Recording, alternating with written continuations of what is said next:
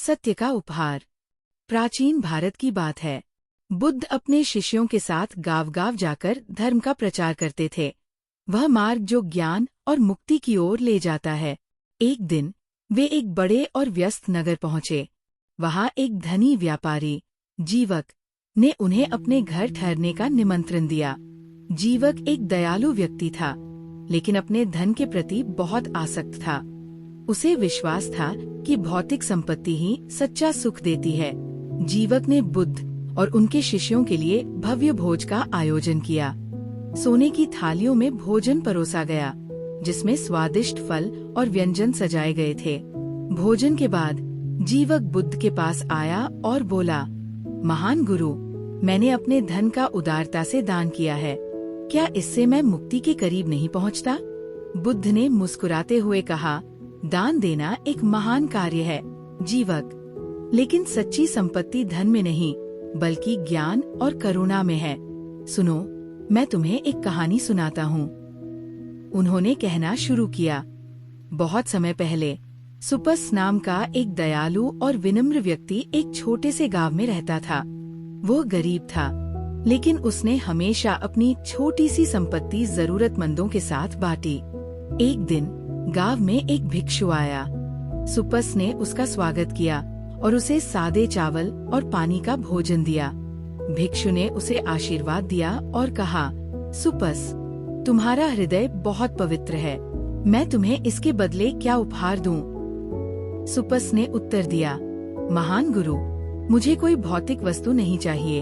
यदि आप मुझे कुछ देना चाहते हैं तो मुझे वो सत्य सिखाइए जो दुख से मुक्त करता है। भिक्षु मुस्कुराया और उसे 4 आर्य सत्य और अष्टांगिक मार्ग की शिक्षा दी। सुपस ने ध्यान पूर्वक सुना और शिक्षाओं का अभ्यास किया। समय के साथ उसने गहन समझ प्राप्त की और दुख के चक्र से मुक्त हो गया। भले ही उसके पास भौतिक संपत्ति बहुत कम थी, लेकिन उसका आंतरिक शांति और ज्ञान सभी को प्रेरित करता था। बुद्ध ने कहानी समाप्त कर जीवक की ओर देखा। तुम देख सकते हो जीवक, सच्चा दान वह है जिसमें हम ज्ञान और करुणा बांटते हैं। भौतिक उपहार अस्थायी सुख देते हैं, लेकिन सत्य और समझ का उपहार हृदय को मुक्त करता है।